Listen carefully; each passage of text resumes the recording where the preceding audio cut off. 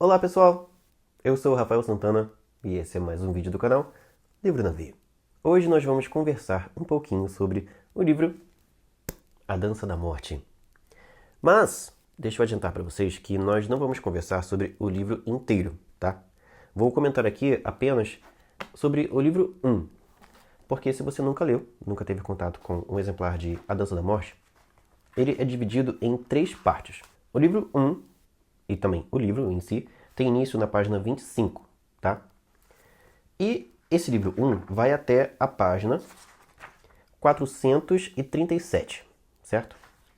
Depois, na página 438, tem um verso aqui, na verdade 2. Mas a história em si do livro 1, da parte 1, vai até a página 437. Então é sobre essa parte aqui da história, tá? Esse pedaço aqui do livro que a gente vai conversar nesse vídeo. Depois eu vou fazer um outro vídeo para comentar tudo o que aconteceu na parte 2 e, por último, um terceiro vídeo para comentar o desfecho dessa história. Mas antes de começar o nosso papo sobre o início do livro A Dança da Morte, deixa eu perguntar, você já é inscrito ou inscrita aqui no canal? Se ainda não, faça isso agora. Se inscreva clicando no botão inscrever-se e também no sininho, tá? Outra coisa muito importante, deixe o seu like se gostar desse vídeo e comente aí o que você achou dessa primeira parte da história de A Dança da Morte. Se você já leu esse livro ou se pretende ler, depois que conferir os comentários que eu vou fazer aqui. Na verdade, eu não recomendaria que quem ainda não leu o livro visse esse vídeo até o fim. Porque desde que eu comecei a ler A Dança da Morte, e é um desafio ler esse livro, já que ele tem mais de 1.200 páginas, é a primeira vez que eu leio um livro desse tamanho. Eu já li It a Coisa, mas ele tem 100 e poucas páginas, acho que 120 páginas a menos. Então, esse livro aqui é o maior livro que eu já li, ou melhor, que já comecei a ler na minha vida. E eu pensei assim, como que eu vou conseguir resumir ou dizer tudo o que eu tenho que dizer sobre esse livro em um único vídeo? Por isso que eu decidi dividir essa resenha em 3 partes. E além de ser uma resenha, de dar aqui minha opinião e tudo mais, de apresentar a história para vocês, eu pensei assim, como é que eu poderia conversar sobre essa história de uma forma que fosse diferente de outros vídeos que já saíram por aí, ao longo da vida, né, da existência do YouTube. E aí eu decidi não contar apenas a minha opinião sobre o livro, mas dizer aqui a minha experiência de leitura. Como foi a leitura de cada capítulo dessa parte 1 de A Dança da Morte. Então o que você vai encontrar neste vídeo vai ser mais um resumão sobre o que aconteceu nessas primeiras 430 páginas da história. E também uma ou outra opinião a respeito de como foi a minha experiência, de como eu absorvi cada acontecimento. Se você nunca leu A Dança da Morte, talvez você pegue alguns spoilers aqui, tá? Então fica a seu critério, assistir agora ou depois que tiver lido essas primeiras 430 páginas. Claro que eu não vou dar assim todos os detalhes que aconteceram aqui. Vou abordar aqui as partes mais importantes de cada capítulo e da trajetória dos personagens que a gente tem acompanhado aqui, certo? A gente vê, inclusive, no comecinho de A Dança da Morte, um texto que conta um pouquinho sobre o lançamento desse livro. Essa versão que a gente encontra hoje nas livrarias, com essa capa, com essa edição aqui, é uma versão ampliada de A Dança da Morte. Ele foi publicado pela primeira vez em 1978 e já naquela época o Stephen King tinha escrito um livro grandão, gigante, mas ele ainda não tinha tanta fama assim. O nome dele ainda não garantiria as vendas de um livro tão grande. Medo da editora, né? A editora que estava com esse receio. E aí, o que ele fez? Ele enxugou o livro, cortou vários capítulos e lançou uma versão meio que reduzida de A Dança da Morte. Alguns anos depois, ele já mais famoso, mais conhecido, com o nome dele já estabelecido no mercado literário. Então, essa nova versão, com esses capítulos que foram cortados da anterior, e talvez uma outra mudança, né, como ele comenta aqui, aí sim, essa nova edição foi lançada e passou a ser a edição oficial de A Dança da Morte. Essa nova edição, que é a publicada pela Suma aqui no Brasil, foi lançada em 1990. Então eu não sei se antes dessa data, alguma editora aqui no Brasil tinha publicado a versão anterior, com algumas reduções na história. Então, não sei se aqui no Brasil a gente teria uma versão traduzida da primeira versão, resumida, né, reduzida, na verdade, de A Dança da Morte. mas eu não vejo muito sentido de tentar ler a versão reduzida primeiro para depois ler a versão normal, né? Atual, real, oficial, que é essa daqui. Vamos lá então para os comentários. Esse resumão que eu vou fazer nesses 3 vídeos do livro A Dança da Morte. Logo de cara, numa espécie de prólogo que a gente tem aqui em A Dança da Morte, você já é fisgado por essa leitura, por esse livro. Não tem como você começar a ler a primeira página de A Dança da Morte e não ficar interessado no que é que está acontecendo aqui. A gente conhece uma mulher chamada Sally que estava ali no seu bangalô. Eu olhei aqui de novo para ter certeza que era essa palavra. No seu bangalô militar. Ela é casada com um homem chamado Charlie, que é militar e trabalha para o governo dos Estados Unidos. E eles têm uma filhinha chamada Baby Levon. Eles vivem ali na região da Califórnia, porque a base militar onde o Charlie trabalha fica ali nas regiões desérticas da Califórnia. E aí, numa certa noite, que inclusive a Sally acorda, é despertada pelo Charlie de uma forma assim que para ela é inesperada, porque ele teria que estar no trabalho naquele horário. Ela então é acordada por ele e ele está desesperado e ela começa a se perguntar, né? Peraí, o que está acontecendo? Por que você está aqui? Se você vê sua esposa ou seu marido voltar do trabalho no horário, né, em que ele deveria estar lá, você vai querer saber o que está acontecendo, né? Alguma coisa tem aí. E quando ela acorda, desperta de fato e vê que o marido está num estado assim, de nervos, desesperado, muito ansioso, querendo recolher o máximo de coisas que puder e vamos embora, vamos ir embora daqui o quanto antes, a Sally fica também desesperada, pensando assim, calma aí, o que aconteceu? Eles então pegam o carro, e a filhinha, claro, e partem dali o quanto antes. E aí no meio dessa situação, a Sally pergunta para o Charlie o que aconteceu, o que foi que houve para ele estar assim, daquele jeito, para ele querer fugir do nada, no meio da noite. E aí ele responde que não sabe o que aconteceu, só sabe que essa base militar de onde ele escapou, com muita sorte, inclusive, simplesmente todo mundo que estava lá, tirando ele, morreu. E que é claro que o que aconteceu lá não era para ter acontecido, é um desastre, é uma tragédia, e ele, se ficar ali nos arredores, com certeza o governo americano e o exército e tal, as forças armadas, vão vir atrás dele. E ele diz inclusive para ela assim, ó, se eles me quiserem, vão ter que me pegar. Eu estava sob um contrato de risco, mas eles têm que me pagar muito mais para me segurar aqui. Ele não está com medo de sofrer alguma punição do governo e das forças armadas. Ele está mais com medo de ter que ser forçado a ficar ali, naquele lugar, naquela base, de ter que voltar para lá. O que será que aconteceu lá dentro? Eles então fogem daquele lugar, do bangalô militar onde eles viviam, né, onde eles moravam, e a história prossegue no capítulo 1 com outro ponto de vista, com outros personagens aparecendo aqui. A gente vê um posto da Texaco que pertence a um personagem chamado Hanscom, Bill Hanscom.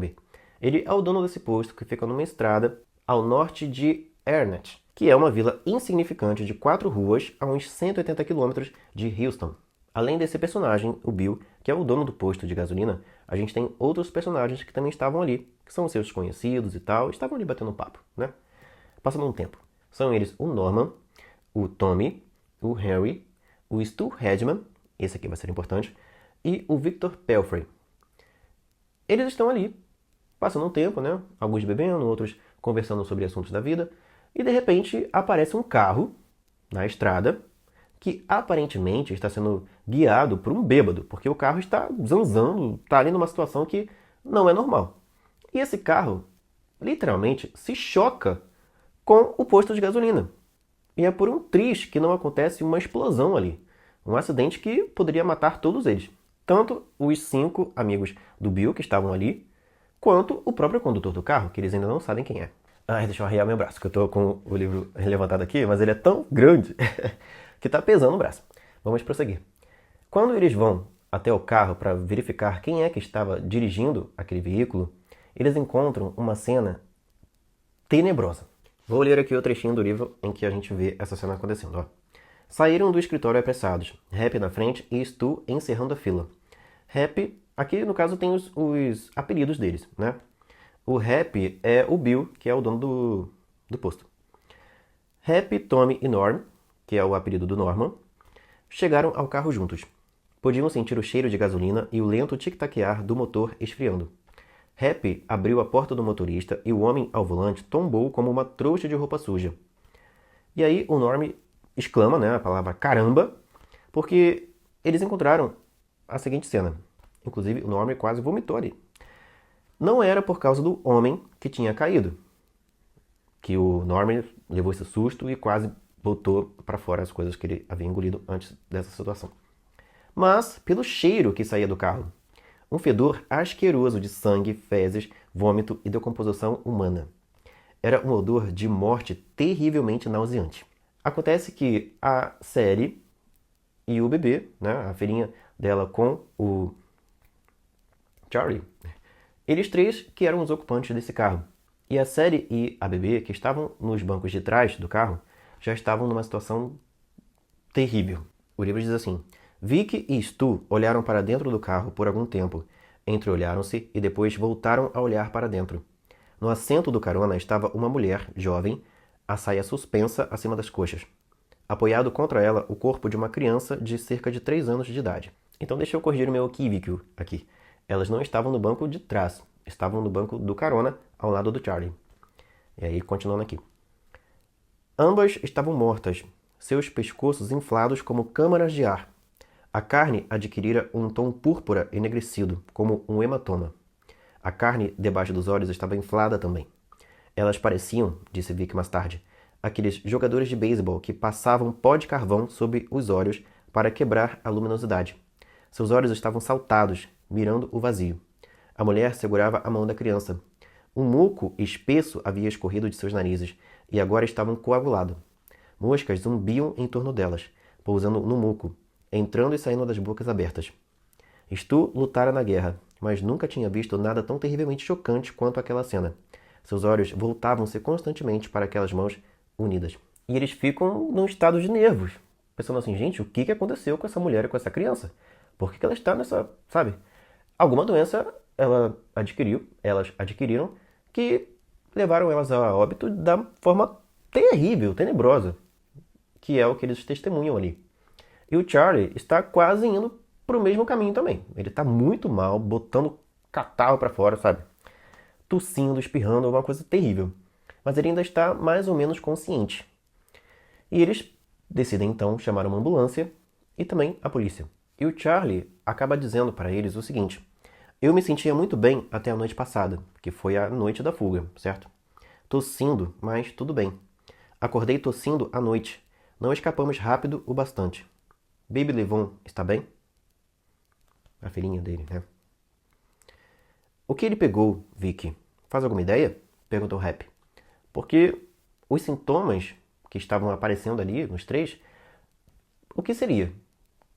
Qual a situação que teria levado eles, o Charlie, a Sally e a Baby, a ficarem naquele estado? E a morrerem, no caso, né? Da Sally e da Baby. E aí chega então uma ambulância que presta ali os socorros para o Charlie, a Sally e a Baby. E depois que essa família é levada nessa ambulância, acontece o seguinte. O homem do Chevrolet, no caso o Charlie, morreu a 30 quilômetros do hospital. Puxou um arquejo final borbulhante, cuspiu-o, puxou outro menor e se foi. Happy tirou a carteira do bolso do homem e a examinou. Havia $17 em dinheiro. Uma carteira de motorista da Califórnia o identificava como Charles D. Campion. Havia uma identidade militar e fotos de sua esposa e filha envoltas em plástico.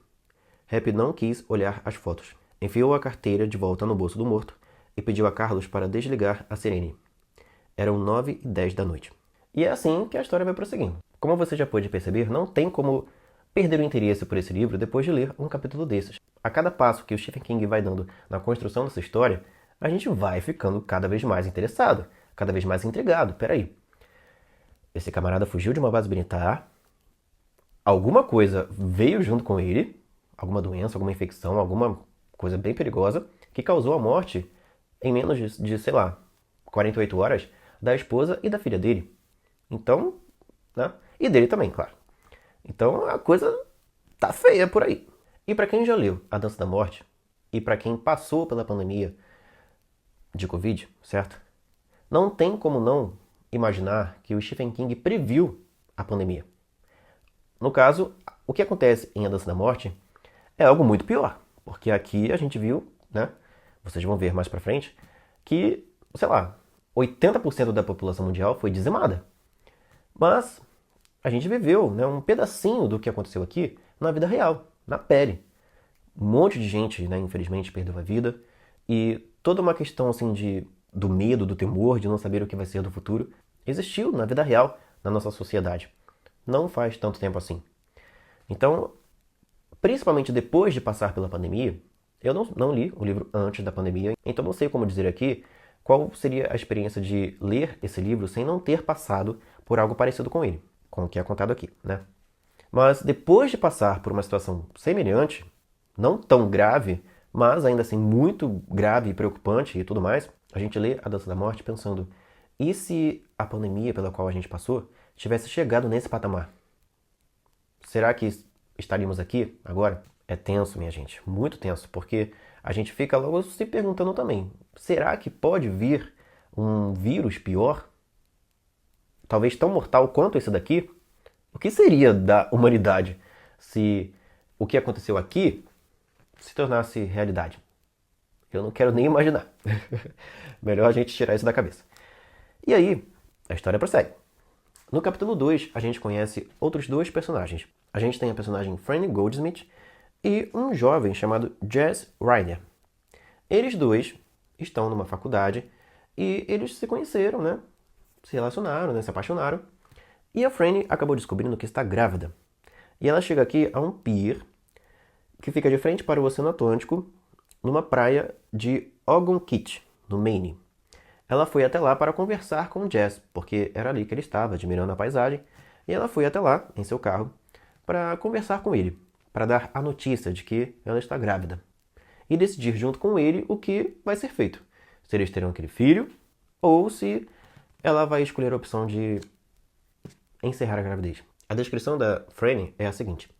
Era uma garota alta, com o cabelo castanho que escorria até a metade do vestido amarelo claro que estava usando. Um belo corpo. Pernas compridas que atraíam olhares de admiração. Material de primeira. Era o termo correto no jargão universitário. Ela acreditava. Olha, olha só que mulherão. Carne fresca no pedaço. Miss Universitária de 1990. E então, teve de rir de si mesma. E o riso foi um tanto amargo. Ela vai então até o Jess e diz o seguinte. Estou grávida. Ela sorriu animadamente para ele e cuspiu à beira do pier. Vermelho vivo. Grande piada, Franny, disse ele, relutante. Não é piada. Ele continuou olhando para ela. Após um instante, recomeçou a caminhar, enquanto atravessavam o estacionamento. Ah, e tem essa questão assim do cuspe dela estar vermelho vivo, porque antes dessa cena aqui, ela havia mordido a língua. Eles saem então do pier e vão tomar um sorvete. E aí, nessa conversa, enquanto eles tomam o sorvete, o Jess questiona, peraí, eu achava que você estava tomando pílula anticoncepcional. Como que você engravidou? O que aconteceu? E aí a resposta da Fran para essa pergunta do Jess, né? Como que isso aconteceu? Como que você ficou grávida? É muito irônica. Eu não vou ler ela inteira aqui, assim, usando as palavras específicas que ela usa aqui, porque talvez o YouTube não goste muito. Mas é mais ou menos assim, tá? O texto. Eu vou adaptar algumas coisas aqui. Bem, para responder a sua pergunta de um modo diferente, numa noite cálida em abril. Cheia de ironia, né? Talvez nos dias 12, 13 ou 14, você enfiou aquilo que os homens têm na linha, aquilo que as mulheres têm. E teve uma coisa que acontece quando a pessoa, né, está com prazer, portanto, ejaculando espermatozoides aos milhões. Ou seja, foi através do sexo que a coisa aconteceu, né? E aí ele não gosta nem um pouco da ironia, da explicação da Franny. E ele pergunta, o que você quer fazer? Tipo assim, está jogando a batata quente na mão dela, né? Porque ela tem duas opções. Ou ela tem o bebê ou não. E ela questiona, peraí, o que você quer fazer? Esse filho é nosso. Então é você que tem que me dizer o que eu tenho que fazer. Eu tenho minhas opções, mas eu quero saber o que você pretende fazer. E eles não terminam muito bem essa conversa aqui não, tá? Ela decide que vai ter o bebê, a princípio. Ela ainda está meio balançada sobre o que ela vai fazer. Mas o Jess dá a entender que ele não está muito satisfeito com essa situação, em ter um filho com ela não. Até porque, aparentemente, esse amor dos dois não é uma coisa tão concreta. Algo que talvez não vai durar para sempre. E naquela época em que a história foi escrita, nos anos 70, era, né, uma coisa assim, a sociedade, no caso, né, caiu muito em cima das mulheres que, jovens principalmente, que ficavam grávidas, sem estarem casadas com o camarada com quem elas engravidaram. Então, para ela, era uma coisa assim muito desafiante ter esse filho, ter que lidar com o preconceito das pessoas, certo? Que iam taxar ela de, né, de promíscua, e também ter que lidar com a questão de que ela teria que abrir mão da faculdade dela para ter esse bebê.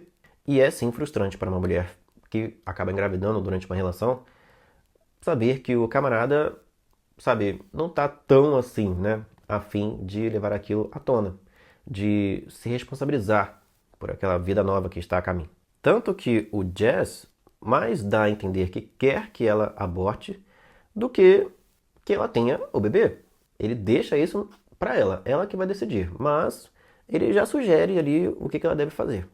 Tanto que ele diz que, se decidir que o aborto é a solução, faria uma raspagem no cofre, ou seja, que ele vai dar para ela o dinheiro necessário para fazer aquilo. E depois eles se despedem, ele diz para Fran que a ama, e ela assim que escuta isso dele já pensa logo: não acredito que ame não. Antes de a gente partir para o capítulo 3, deixa eu dizer aqui o que eu achei desse capítulo 2. Eu gostei de conhecer a Franny, eu já sabia por conta da sinopse e de outros livros, de outras leituras do Stephen King, que teríamos então vários personagens por aqui. Então ter a adição dela na história, para mim foi muito bacana. Foi uma personagem que eu já criei empatia logo de cara.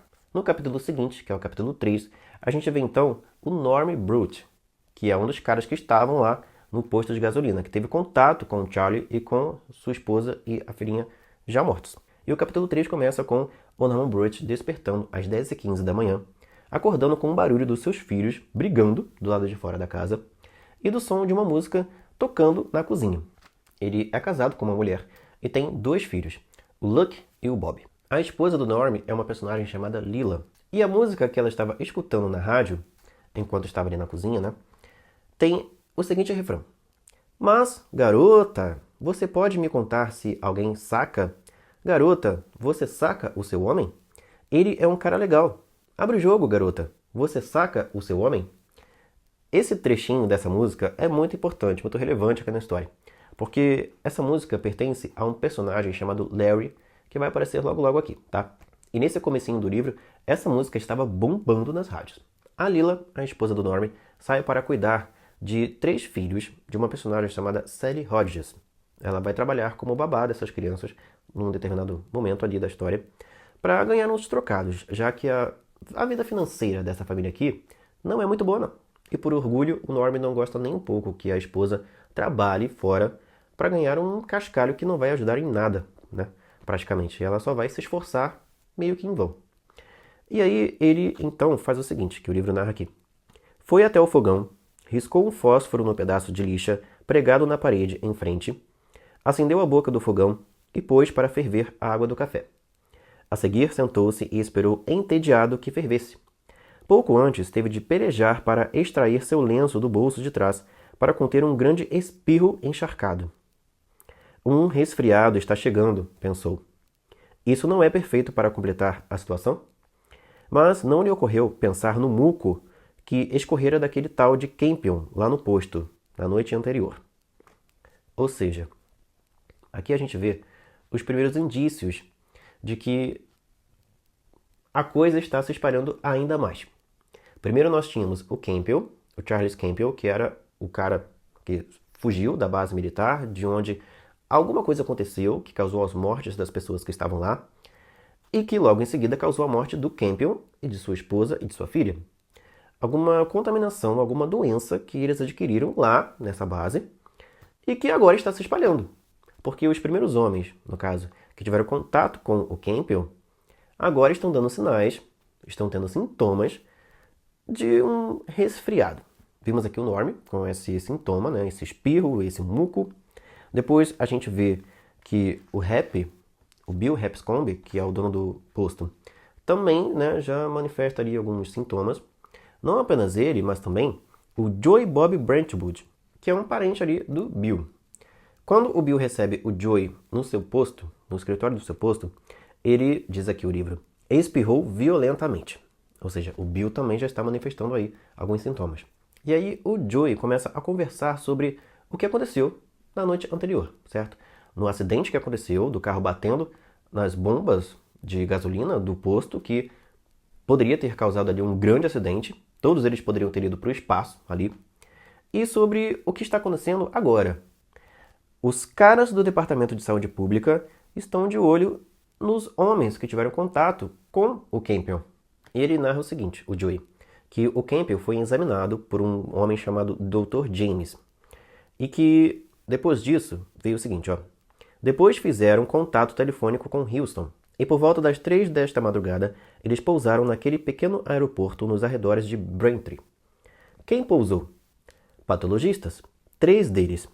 Estiveram lá com os corpos até mais ou menos às 8 da manhã, retalhando-os, é o que suponho, embora não tenha certeza. Depois telefonaram para o Centro de Controle de Epidemias em Atlanta e os caras de lá vão chegar aqui esta tarde.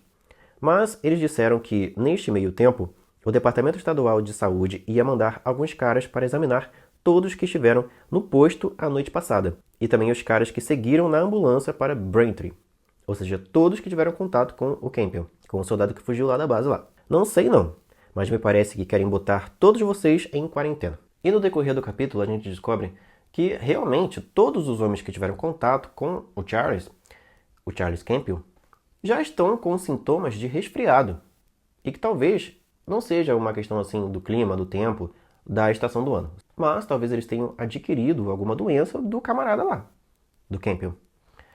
Todos eles, é muita coincidência, todos eles ficarem espirrando, tossindo, com sintomas de gripe ao mesmo tempo. E a Lila, a esposa do Normie, que foi trabalhar como babá para uma personagem chamada Sally Rogers, ela acaba vendo ali, né, na casa dessa mulher, que as filhas dela também estão doentes. Inclusive, a mais novinha delas solta ali, né, espere um catarro, um muco, que não é normal uma criança pequena ter. E aí o capítulo termina assim, depois que ela cuida das crianças, né, que já estão ali manifestando também sintomas de gripe, diz o seguinte, o livro, que a Lila sentou-se de novo diante da TV, franzindo o senho. Acendeu outro cigarro, espirrou a primeira tragada e então começou ela própria a tossir.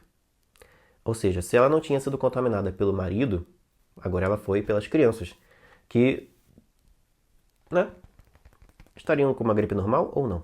O capítulo 4 de A Dança da Morte traz, então, algumas informações sobre o que aconteceu lá na base militar em que o Charlie estava presente e de onde ele conseguiu escapar.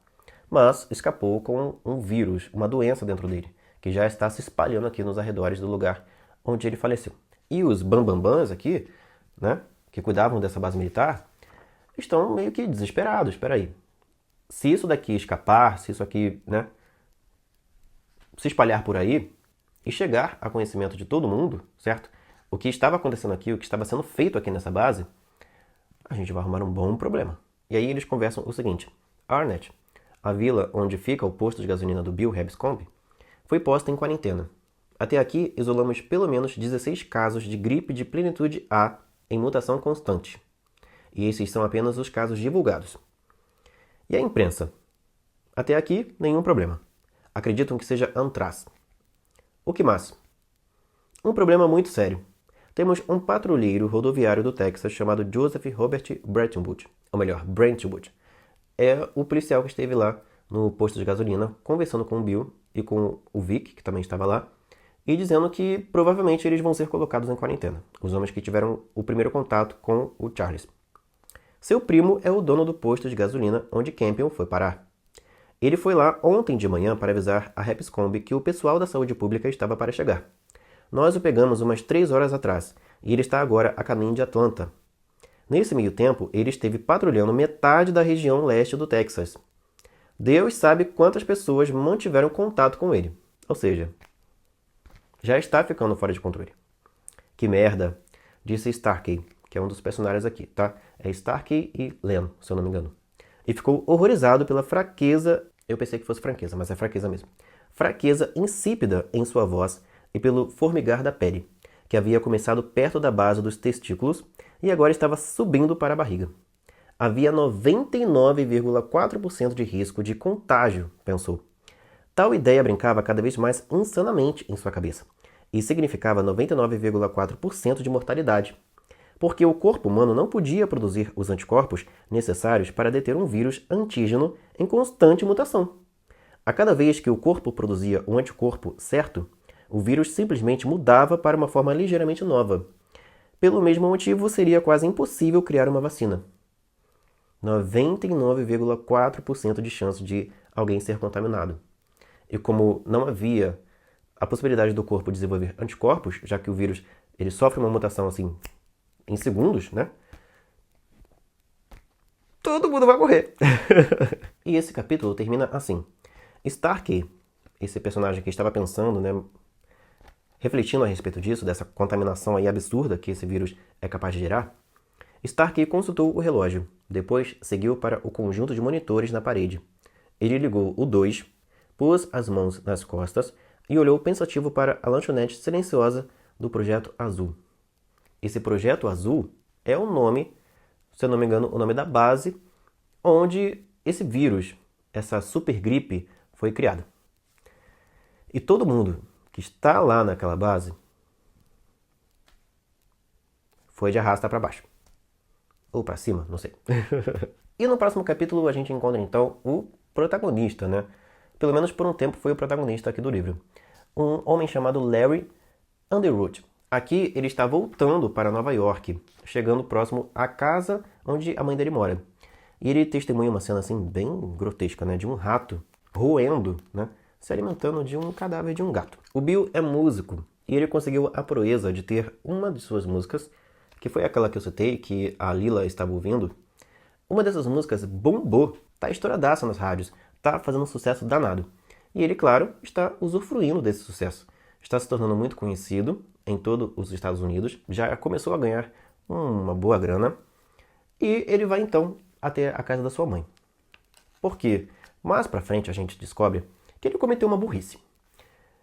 Ele deixou a fama subir a cabeça, deixou as pessoas que se aproximaram dele depois que ele se tornou um sucesso influenciarem as ações dele e meio que ludibriarem ele, tapearem ele. Ele alugou uma casa em Los Angeles e deu uma festança lá com tudo que tem direito, com muita bebida, com drogas, arrumou uma dívida danada e agora ele está meio que fugindo, porque tanto o cara que forneceu as drogas para ele e as pessoas que estavam na festa que ele enxotou, que ele botou para fora para correr, e também, né, outras circunstâncias aqui, meio que causaram um problema para ele. Ele está meio sem rumo do que ele vai fazer. Então ele voltou para a casa da mamãe, uma personagem muito bacana, muito carismática aqui na história, para encontrar uma solução, ouvir uma opinião de alguém que realmente ame ele, para ele saber o que ele faz, qual o próximo passo que ele dá. Outra personagem aqui na história que precisa da opinião de pessoas que realmente a amem para saber o que faz da vida, que decisão tomar, é a Franny. Ela vai então até o pai dela, um homem chamado Peter, para contar que está grávida e para saber o que fazer. Já que o namorado não deu um apoio assim tão fenomenal para ela, ele mais quer que ela tire a criança do que ela assuma aquela gravidez, ela ainda está balançada, ela ainda não sabe qual decisão tomar. Se ela segue a ideia do Jazz, do homem com quem ela teve esse filho, de quem ela engravidou, ou se ela segue um outro caminho, se ela vai ter essa criança. E, para a sorte dela, o pai dela a apoia e diz que ela deve sim ter essa criança, que ele vai continuar amando ela, que vai continuar apoiando ela. Essa decisão, de certo modo, é a decisão que ela mais quer tomar. Ela só queria ter certeza que as pessoas que são importantes para ela, no caso a família dela, também estariam ao lado dela, se ela teria esse apoio. Ou se, como já aconteceu com muitas jovens por aí que engravidaram, né, na adolescência, antes de se casarem e tal, se ela seria enxotada de casa, né?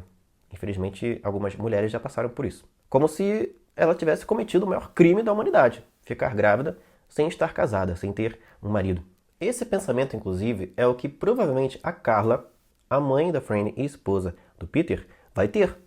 Porque ela tem uns pensamentos meio antiquados, né? Bem rigorosos em relação a isso.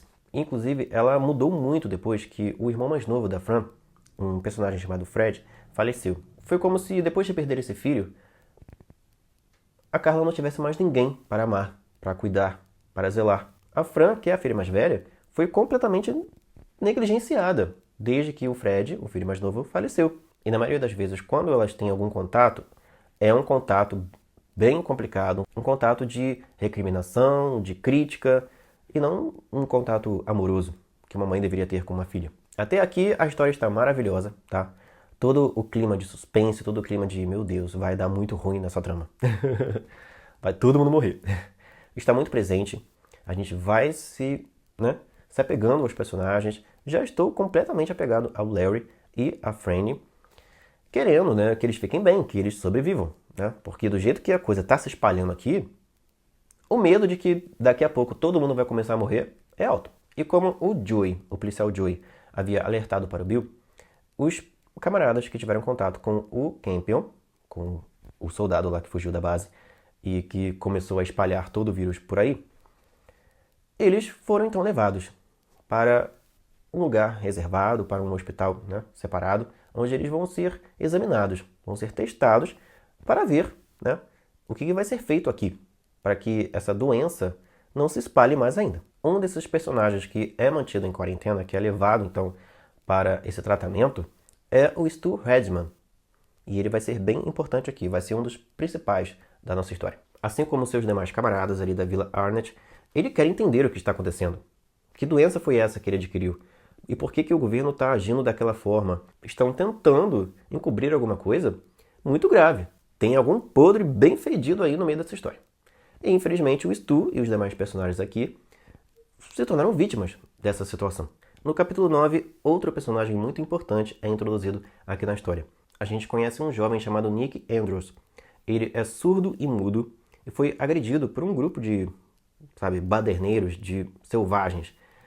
E acabou ficando numa situação bem complicada. Inclusive, ele acaba sendo levado para uma delegacia e preso. Mas, depois de conhecer o xerife John Baker e de explicar o que aconteceu, sempre escrevendo num bloco para conseguir se comunicar com esse xerife, ele então acaba ganhando um amigo. O xerife meio que o acolhe, principalmente porque um dos rapazes que estava ali no meio da situação, que agrediu o Nick, é um conhecido desse xerife. É, se não me engano, o cunhado dele. Então ele toma para si a responsabilidade, como policial, de colocar o cara na linha, Já que essa não é a primeira vez que ele faz algumas barbaridades por aí. O livro avança e a gente tem uma nova cena do Larry com a Alice, a sua mãe.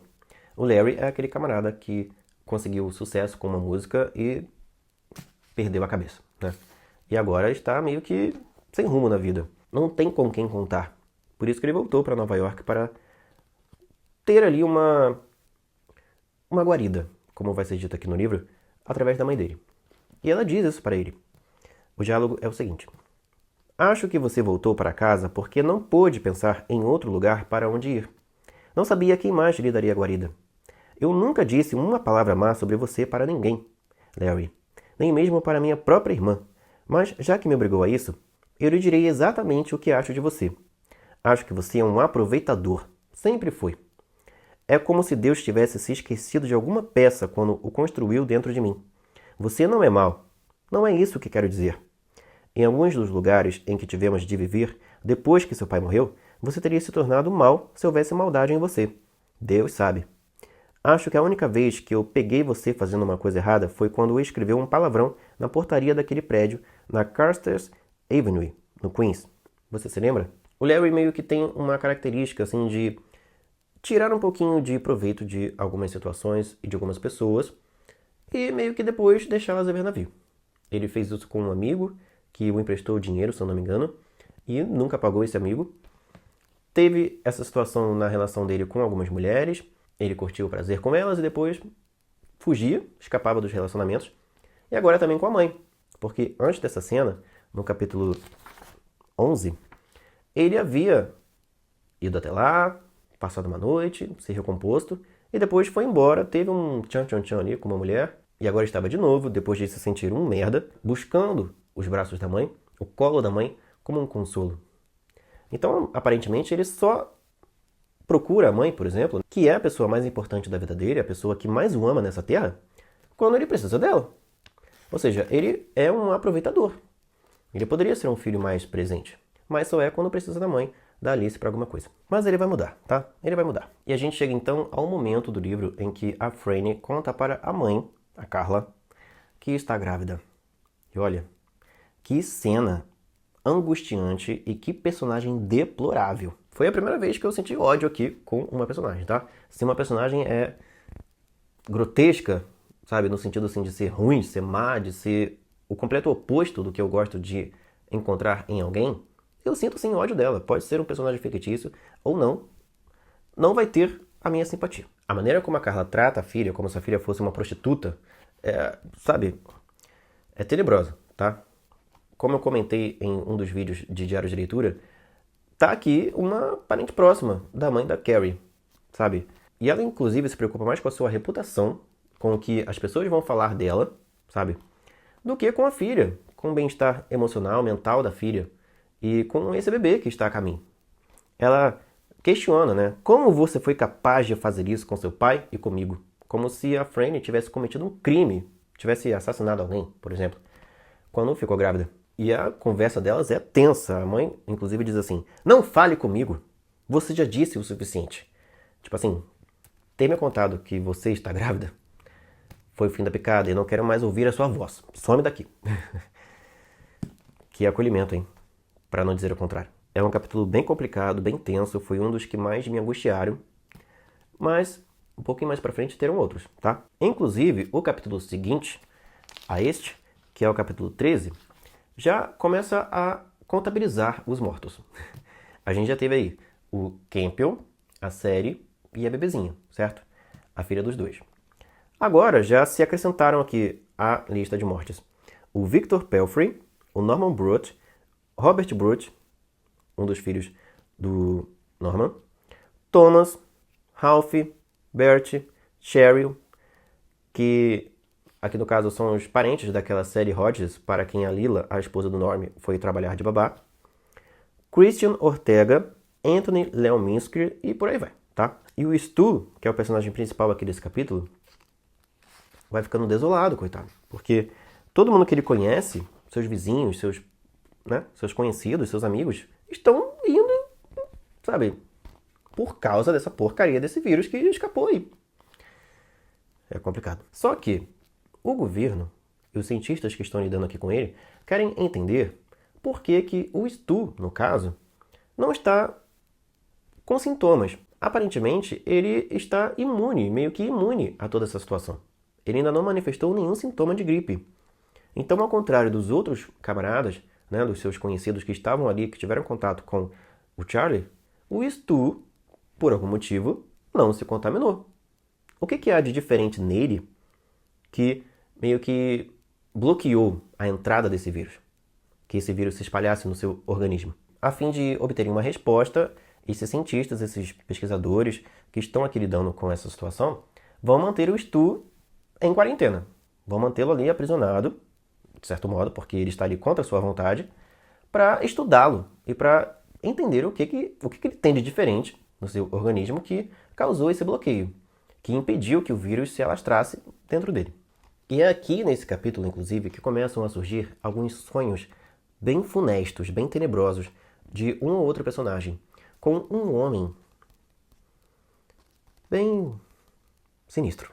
Mais pra frente, no capítulo 16, a gente conhece então novos personagens, porque volta e meia novas peças desse quebra-cabeça vão sendo incluídas na trama. E aqui a gente conhece dois jovens completamente fora da casinha, sabe? Sem nada melhor para fazer na vida, chamados Pookie e Lloyd. Uma dupla do barulho. E a história avança, já estamos na página 169 e a coisa está ficando cada vez mais complicada aqui. Quando você já chega nessa parte do livro, não tem mais como parar. Por mais que ainda faltem quase 1.100 páginas de leitura pela frente, você vai querer continuar ali, tá? Foi o que aconteceu comigo.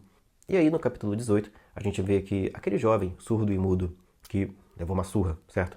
O Nick, ele está cada vez mais ganhando a confiança do xerife Baker.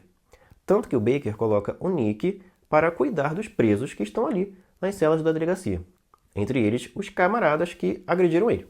O Baker também convida o Nick para jantar, né, para fazer algumas refeições em sua casa.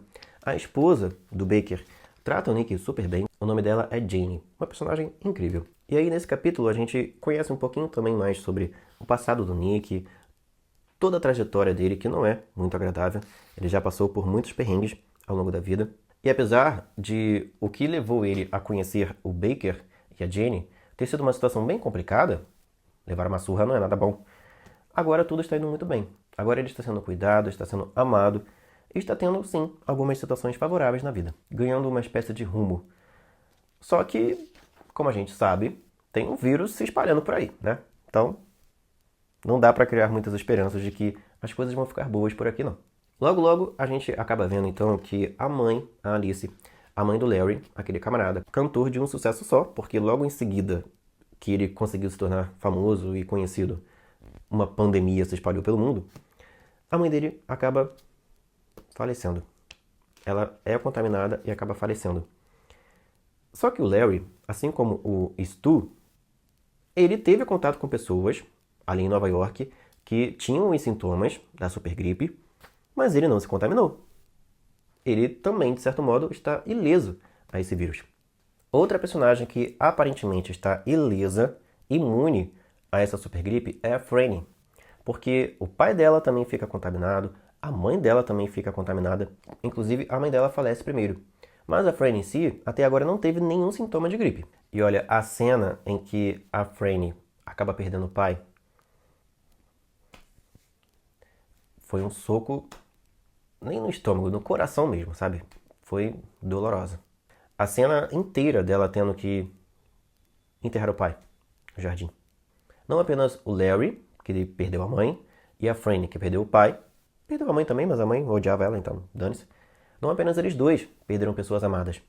O Nick também logo logo vai ficar órfão, entre aspas, das pessoas que estavam cuidando dele, sendo importantes na vida dele. Porque o Baker, o xerife, também vai de arrasta e a Jane logo logo será a próxima vítima. Ou seja, você vai viver muitos lutos durante a leitura de A Dança da Morte. É uma bala atrás do outro. Tem alguns capítulos aqui específicos que são bem aterrorizantes. O capítulo em que vários personagens aleatórios, que nem tinham aparecido ainda na trama, vão se contaminando e morrendo um por um. Olha, é tenebroso esse capítulo, tá?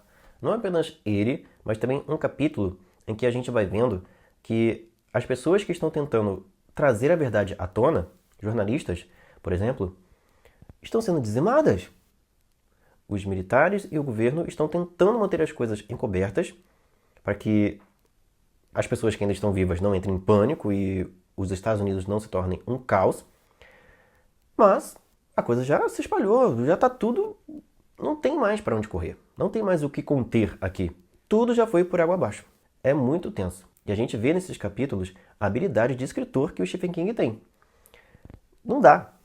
Não dá para não sentir, sabe, a emoção, a tensão, o desespero que esse povo está vivendo aqui nessa história. Não dá para passar imune à leitura de A Dança da Morte. Muitas situações tensas vão surgindo por aqui. Tem toda a questão moral do Nick de ter que manter os prisioneiros, certo, da delegacia que ele cuidava. Depois da morte do Baker, ele teve que continuar ali, na delegacia, alimentando os presos, certo? Os mesmos que haviam agredido ele. E toda a questão de eu vou me manter aqui por causa desses camaradas, em vez de seguir meu rumo, seguir minha vida, ir para outro lugar que não me traga tantas lembranças ruins, tem muitos conflitos morais acontecendo aqui. E alguns relacionamentos também vão surgir. A gente vê então o Larry conhecendo uma mulher chamada Rita, com quem ele vai manter ali alguma proximidade. Mas, como a gente sabe, o Larry é aquele tipo de gente que não gosta de se apegar, tá? Ele tira proveito de algumas relações, de algumas pessoas, de alguns sentimentos, e depois, quando aquilo não é mais importante para ele, ele cai fora, né? A própria mãe dele disse isso para ele. Também teremos a Franny conhecendo um rapaz, né, bem volumoso, digamos assim, bem corpulento, que vai se tornar meio que um protetor para ela. Só que um protetor meio obsessivo. Ela não quer ser protegida, não quer ser tratada como alguém que não sabe se defender sozinha, não sabe se virar sozinha, mas esse camarada vai assumir esse papel. Tanto porque ele é atraído por ela, ele vê nela alguém com quem ele possa ter um romance, quem sabe, apesar da Franny não sentir nada disso por ele. Tanto pelo fato de que além do sentimento, vem também nesse camarada o pensamento de que a Franny meio que virou uma propriedade dele. Eles não têm contato com outras pessoas por um bom tempo que indique que outras mulheres, por exemplo, estejam por aí. Então, vai que a Franny, que é uma jovem muito bonita, seja a única mulher viva. Vem esse pensamento na mente dele. E às vezes alguém que diz cuidar de você, na verdade, não está cuidando de você por amor, mas por alguma outra intenção não muito nobre. A história vai avançando. O Stu, que estava preso, né, e sendo meio que mantido ali como refém, como uma cobaia, sem a sua própria vontade, ele acaba permanecendo ali, a sua situação de imunidade se mantém, mas todas as pessoas que estavam à sua volta, todos os estudiosos, os cientistas e os policiais que estavam cuidando dele, cuidando entre aspas, né? Vigiando, na verdade, examinando ele, todos eles acabam morrendo. E ele fica desesperado, porque ele fica preso lá na base, sem ter como fugir. Mas ele consegue. E as cenas que ele encontra no caminho até a saída daquela base são tenebrosas. Enquanto todos esses personagens, o Lloyd, o Stu, o Larry, a Franny, o Nick e outros mais, estão vivendo situações bem complicadas, enfrentando alguns dilemas, inclusive, bem difíceis de se lidar, o vírus está se espalhando. E cada vez mais morte, morte e morte se torna a realidade do mundo. E quando o caos se alastra num determinado lugar, numa determinada sociedade, algumas pessoas surgem como uma esperança para quem está desolado, para quem perdeu o rumo, e outras surgem como enganadoras, como alguém que vai cuidar de você, mas que na verdade quer controlar você, quer ser o novo dono desse mundo. O caos se espalhou, tudo está uma desordem, não há mais lei, não há mais regras nessa terra. Então, que tal se tornar a regra? Se tornar o novo expoente, o novo dono, o novo governante desse mundo? A gente vê aqui um personagem querendo assumir essa posição. Um camarada chamado Randall Flagg. Um homem obscuro, um homem sinistro, um homem que, para alguns personagens aqui, de quem ele se aproxima, entre eles o Lloyd, que inclusive estava preso, certo?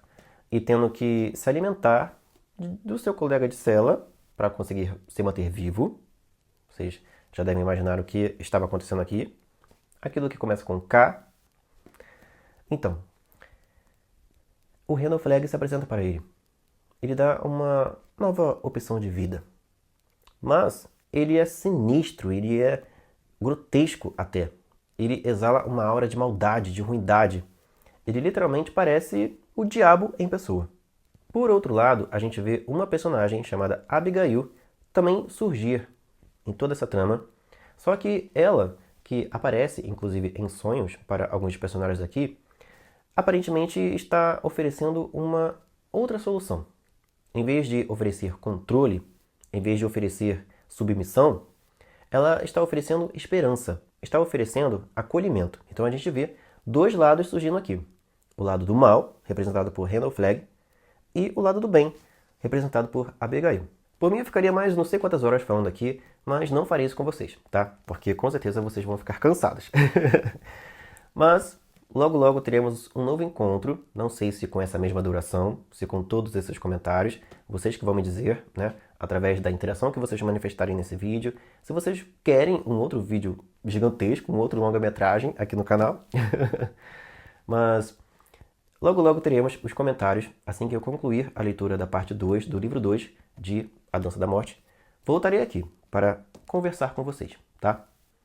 E mais pra frente teremos também os comentários sobre o livro 3. Não era minha intenção fazer um longa-metragem sobre A Dança da Morte, mas acabou acontecendo. Eu até pulei algumas coisas aqui que eu gostaria de comentar. Talvez nos comentários a gente desenvolva um pouco mais algumas questões sobre esse livro. Me perdoem vocês que estavam esperando algo mais conciso sobre esse livro. Eu não consigo, tá? É um livro que rende tanto assunto que um vídeo de não sei mais quanto tempo, não sei quanto tempo que vai ter esse vídeo, só depois da edição que eu vou saber. ainda é curto, ainda é pequeno, ainda é pouco para o tanto de assunto, o tanto de coisas que a gente tem a comentar sobre esse livro. Vou ficando por aqui com essa parte 1 sobre os meus comentários a respeito da história de A Dança da Morte. Logo, logo teremos um novo encontro. Eu esperarei por você, hein? Um forte abraço e até mais. Tchau!